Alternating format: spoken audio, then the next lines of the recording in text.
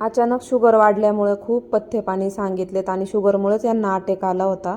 नमस्ते, श्री स्वामी समर्थ सगळ्यांना. मी स्वाती पवार आपल्या यूट्यूब चॅनलवरती आणि नवीन एका व्हिडिओमध्ये तुमचं खूप मनापासून स्वागत करते. खूप दिवस झाले आणि व्हिडिओ पण टाकायला जमत नाही आहेत, पण कसं का होईना काहीतरी शेअर करायचंच आहे ना, कारण की झालंय असं आपलं चॅनल मॉनिटाईज झालं, सगळं व्यवस्थित झालं आणि अर्निंग पण चालू झाली. पण विषय असा झाला की घरातलं माणूस जर आजारी पडलं ना तर आपल्याला कुठलीच गोष्ट करायची इच्छा होत नाही. अक्षरशः मला केस विंचरूसुद्धा वाटत नाही किंवा आवरू वाटत नाही आणि त्यामुळंच काय झालं आहे, शॉर्ट व्हिडिओ पण येत नाही आहेत आणि लाँग व्हिडिओ पण काढायला खूप असतं. शॉर्ट म्हणा किंवा लाँग व्हिडिओमध्ये सुद्धा शेअर करण्यासारखं घरातल्या इतर खूप गोष्टी असतात, पण एवढं हॉस्पिटलचं आमच्या मागं होतं, मी काही ते शेअर केलं नाही आणि मला करावंसं पण वाटलं नाही. कारण की आपल्या आयुष्यात जरी दुखणं असलं, काहीतरी दुःखद गोष्टी असल्या तर त्या सगळ्याच अशा एकदम शेअर नाही करता येत. आणि हे हॉस्पिटलला असल्यावर मी तर शूट तरी कसा करू किंवा मी दाखवू तरी तुम्हाला कसं की काय झालं होतं काय नाही. आणि आमचं असं झालंय ना की आमच्या घरामध्ये आहेत ना, कोणी जरी आजारी पडलं ना तर घर काय बंद पडत नाही, घरातल्या गोष्टी काय थांबत नाहीत. पण माझे मिस्टर जर आजारी पडले ना तर आमचं अख्खं घर थांबून जातं. कारण की असं होतं, त्यांना आईवडील नसल्यामुळे ना माझ्या आईवडिलांचा त्यांच्यामध्ये खूप जीव गुंततो. आणि माणूस कसाही वागला आणि किती जरी घरात त्रास दिला ना किंवा काही गोष्टी पाळल्या नाही ना तरी पण आपल्याला दुखणं भानं त्यांचं करून घ्यावंच लागतं, त्यांना नीट करावंच लागतं, त्यांचं सगळं करावं लागतं. तसंच माझ्या बाबतीत पण इथं झालं आहे. यांचा जॉब माझ्यापासून बाहेरगावी म्हणजे लांब असल्यामुळे ना त्यांचे पथ्य पाणी काय पाळल्या जात नव्हते. आणि तुम्हाला तर माहितीच आहे ना, बाहेर माणूस जर आपलं जॉब करत असेल तर तिथं खाण्यापिण्याची बिलकुल सोय नसती. घर ते घर असतं, घरचं जेवण, घरचं सगळं. आणि नाहीतरी आपण भाजीपाला बाहेरूनच आणतो, पण घरी जे बनवतो ना, जे आपण कमी तेलामध्ये कमी मसाल्यामध्ये, त्याच्यामुळं आपलं हेल्थ चांगली राहते, आपलं आरोग्य, आपलं म्हणजे शरीर चांगलं राहतं. तसं बाहेरचं जेवण कसं असतं, मी 2 दिवस झाले मुंबईला, फक्त 2च दिवस मुंबईला गेले होते, पण जेवणाचे असे हाल झाले आणि तिकडे पाणी पण पिऊ वाटत नाही. आणि पाहिलं तर तसं लग्न झाल्यावर मी तिकडे राहायलाच होते, 5-6 वर्ष मी सोबत होते आणि सासूबाई वारल्याच्या नंतर मी इकडे आले होते आईवडिलांकडे. तसं पाहिलं तर आईवडिलांना पण मला सोडून राहू वाटत नाही, त्यांच्या शिवाय मला काय कुठलं सणवार पण करू वाटत नाही. आणि आणि आर्यनच्या पप्पाला आई वडील नसल्यामुळे, म्हणजे आई वारल्यात त्यांच्या, त्याच्यामुळं तिकडे पण कोणी नसल्यामुळं असं वाटतं इथेच आईवडिलांजवळच असावं. कारण की मोठे घरामध्ये असले पाहिजे. आता त्यांना आईवडील नाही आणि बिना आईवडिलांचं ते आम्ही राहू पण शकत नाही. आणि मग म्हटलं माझे पण आईवडील आहेत, तर मग मी इकडे आलेली आहे. आणि मी हे कधी शेअर नाही केलं तुमच्यासोबत आणि इथेच आम्ही राहतो. आणि यांची बदली जर झाली ना तर मी त्यांची खूप काळजी घेऊ शकते, पण यांची बदली आता होत नाही आहे. आणि एवढ्या दिवस आम्ही विचार पण नव्हता केला बदली करून घेण्याचा किंवा काय गोष्टीचा. पण एवढं मेजर प्रॉब्लेम त्यांच्यासोबत झाला ना की शुगर जास्त 400च्या वर शुगर गेली आणि त्यामुळेच त्यांना अटॅक येऊन गेला. बरं झालं, नशीब चांगलं झालं की ते वाचले आणि त्यांना दुसरं काही झालं नाही. माझं म्हणजे मार्गशीर्षचा महिना होता आणि त्यातून ते वाचले असंच म्हणायचं. आणि इथून पुढे काळजी घ्यावी लागेल मला पण. शुक्रवारचा बाजार असल्यामुळं काय झालं, भाजीपाला तसा तर एवढा लागत नाही आम्हाला, पण आता डॉक्टरांनी भरपूर पथ्य पाणी सांगितलं आहे. म्हणजे अक्षरशः शुगरवाल्यांचं तर गोड खायचा प्रश्न येतच नाही, पण गाजर, काकडी, मुळा, बीट अशा सगळ्या गोष्टी खायला लावल्यात आणि जेवणासोबत. आणि ज्वारीची भाकरी खायला लावली, नाचणीची. म्हणजे त्यांना आहे ना एक चार्टच बनवून दिला आहे. आता तुम्ही व्हिडिओ बघत असाल तर प्लीज मला कमेंटमध्ये सांगू शकता की म्हणजे अजून काय शुगर कंट्रोल करण्यासाठी आपण घरगुती काय उपाय करू शकतो. तसंच तर आमच्या ओळखीच्या म्हणजे आसपासच्या लोकांनी तर आम्हाला सजेशन दिलंच आहे की तुम्ही लिंबाच्या पाल्याचं ते म्हणजे नाही का वाटून वगैरे हे पिऊ शकता, त्यांनी पण शुगर कंट्रोल होती. पण तुम्हाला जर माहीत असेल तर मला नक्की सांगा, कारण की मला पण एवढं काही त्याचं घरगुती उपाय माहीत नाही आहे.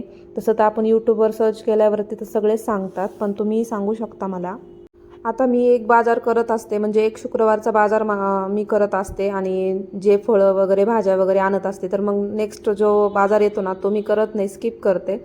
आणि त्याच्यानंतर तिसरा करते, असं करत करतच बाजार करते. आणि शक्यतो थोडंच लागतं, जेवढं तेवढंच आणते. शक्यतो आम्ही डाळ भात म्हणजे वरण भात जास्त खातो, कारण आर्यनला जास्त तर भाज्यांची आवड नाही आहे. त्याला मेथीची भाजी पण आवडत नाही, वांग्याची भाजी पण आवडत नाही. त्याला फक्त भेंडी, बटाटा म्हणजे अशा हे आवडतात भाज्या. त्याच्यामुळं मी पण जास्त मागवत नाही किंवा आणत नाही, नासधूस करत नाही.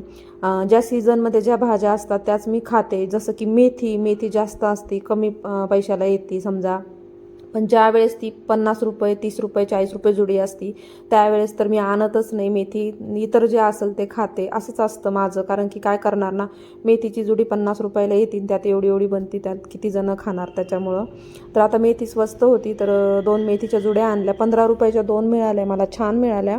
त्याच्यानंतर बटाटे वगैरे आणले. आता यांना बटाटा खायचं नाही आहे पण आर्यनला आवडतं म्हणून आणलं आहे.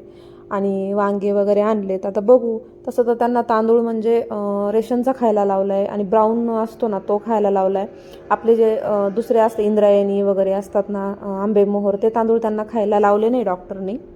म्हणून मी इथे ना खूप सारा बाजार पण केला होता, कारण की त्यांना काकडी, गाजर, बीट, मुळा ह्या सगळ्या गोष्टी, तसं तर मुळा भेटलाच नाही आणि बीट पण नाही, तर म्हटलं असो. आणि संत्री मोसंबी पण खायला लावली. तसं त्यांना आहे ना गोड अजिबात आवडत नाही, मला त्याचं टेन्शन नाही आहे. पण शुगरचं सांगू नाही शकत की एखाद्या जर जास्त गोड खात असेल तर त्याला शुगरचा प्रॉब्लेम नसतो, आणि एखादा जर अजिबातच गोड खात नसतो तरीसुद्धा त्याला शुगरचा प्रॉब्लेम होऊ शकतो.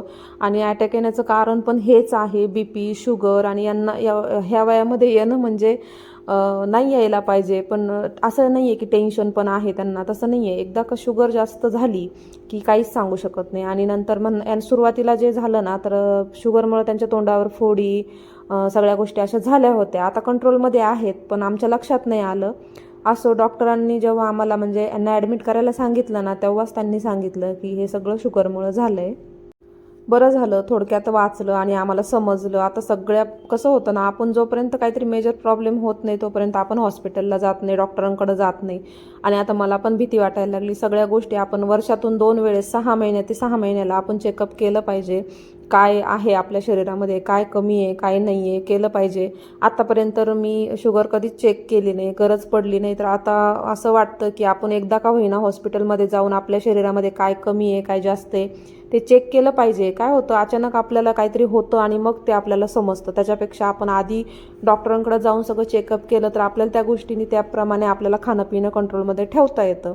आणि सध्या तरी माझी पण तब्येत खूप झालेली आहे, त्याच्यामुळं त्यांचं जे खाणं पिणं आहे तेच मी पण करते आहे. त्यांना गाईचं दूध प्यायला लावलं आहे. गाईच्या दुधामध्ये साखर नको, साय नको, बरंच काही असं त्यांनी लिहून दिलं आहे. 2 पेज भरून त्यांना त्यांचं डाएट प्लॅन असा अक्षरशः लिहून दिला आहे शुगरचा.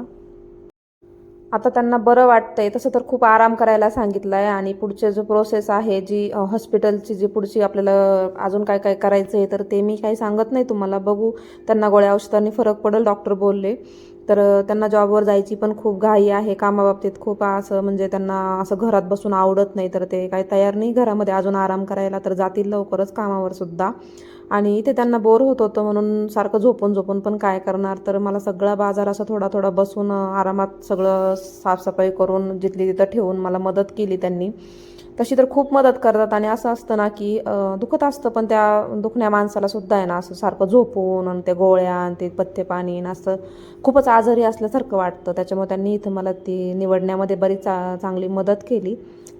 काय नाही, आता झालंय त्यांचं व्यवस्थित आणि पुढे पण काही अडचण नाही येणार, कारण की आता समजलंय ना कसं खायचंय, काय करायचंय, काय नाही कंट्रोल करायचंय.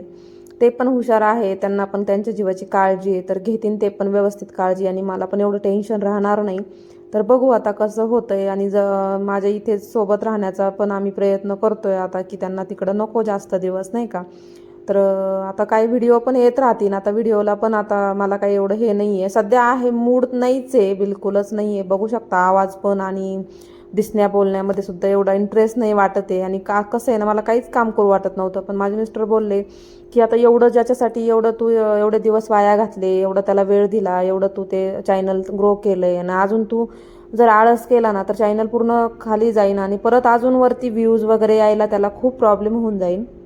म्हणून त्यांनीच मला हिंमत दिली की आपल्याला जे करायचं होतं ना तेच करायचंय. दुखणं भाणं तर असतंच, पण तू लॉंग व्हिडिओ चालू कर. भले तुला लाईव्ह नाही घ्यायची आहे, शॉर्टमध्ये तुला काही टाकायचं नसन, थोड्या दिवस नको टाकू, पण लॉंग व्हिडिओमध्ये तू कामाच्याच गोष्टी शेअर करू शकते तुझ्या मनात, तुला तेवढंच बरं वाटेल. आणि कसं आहे ना, जे आपण धरलंय ना ते ध्येय आपलं, जे यूट्यूब करायचं आहे, एक तर करायचंच नव्हतं आणि केलंय तर ते सोडायचं नाही आणि शेवटपर्यंत न्यायचं आहे. आणि पैशासाठी तर करतच नाही आहे, पण एक आनंद असतो आणि आपलं चॅनल आहे हे समोरच्याला सांगायला पण भारी वाटतं. तर असो, काही हरकत नाही. गेले दिवस ते विसरून जायचे आणि आता नवीन वर्ष येते, नवीन विचार करायचे आणि मागचं सगळं सोडून द्यायचं. एवढं सगळं होऊन सुद्धा नवरा बोलतोय ना की हा कर पुढे, तर मग अजून काय पाहिजे, बरोबर ना. तर तुम्हाला हा व्हिडिओ आवडला असेल तर नक्कीच लाईक करा, चॅनलला सबस्क्राईब करा. आणि हो, तुम्हाला जर ते शुगरबद्दल अजून काही खरंच माहिती असेल ना, प्लीज थोडा जरी व्हिडिओ बघितला असेल ना तर मला नक्की कमेंटमध्ये सांगा, आपण अजून काय करू शकतो.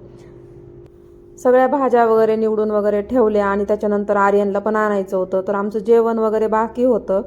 तर सगळ्या भाज्या वगैरे निवडून झाल्याच्या नंतर मग मी मस्त जेवण बनवलं, त्यांचं जेवण झालं आणि माझं पण जेवण झालं. त्याच्यानंतर 3 वाजले होते. म्हटलं तुम्ही गोळ्या घ्या, तोपर्यंत मी आलेच पिलूला घेऊन, म्हणजे माझ्या मुलाला. तर त्याला घेण्यासाठी चालले होते. तर म्हटलं पहिल्यांदा तुम्हाला इथे दाखवावं. तुम्ही प्रत्येक वेळेस विचारता कसं शूट करते, कसं मोबाईल ठेवते, तर ते काय मला सांगणं होत नाही. याचा स्पेशल व्हिडिओ मी बनवल, तर इथे पाहू शकता. तर ह्यालाच ठेवण्यासाठी असं ट्रायपॉड आहे मोबाईल ठेवण्यासाठी, तर त्याच्याबद्दल मी नंतर व्हिडिओ बनवल, तुम्हाला व्यवस्थित सांगल त्याचं कसं आहे काय. तर मी आर्यनला घेऊन आले होते स्कूलमधून आणि त्याच्या मित्रांनी त्याला खायला दिलं होतं म्हणून खुश होता. तसं तर मी त्याला शाळेत काही पैसे वगैरे देत नाही, त्याच्या मित्रांनी त्याला ते खायला दिलं. तर बघू शकता. तर मुलांना घरी आल्यावर काही ना काही खायचं असतं म्हणून तोंड हात पाय धुतले आणि त्याला पेरू चिरून दिलं. चला भेटू नवीन एका व्हिडिओमध्ये, तोपर्यंत बाय बाय.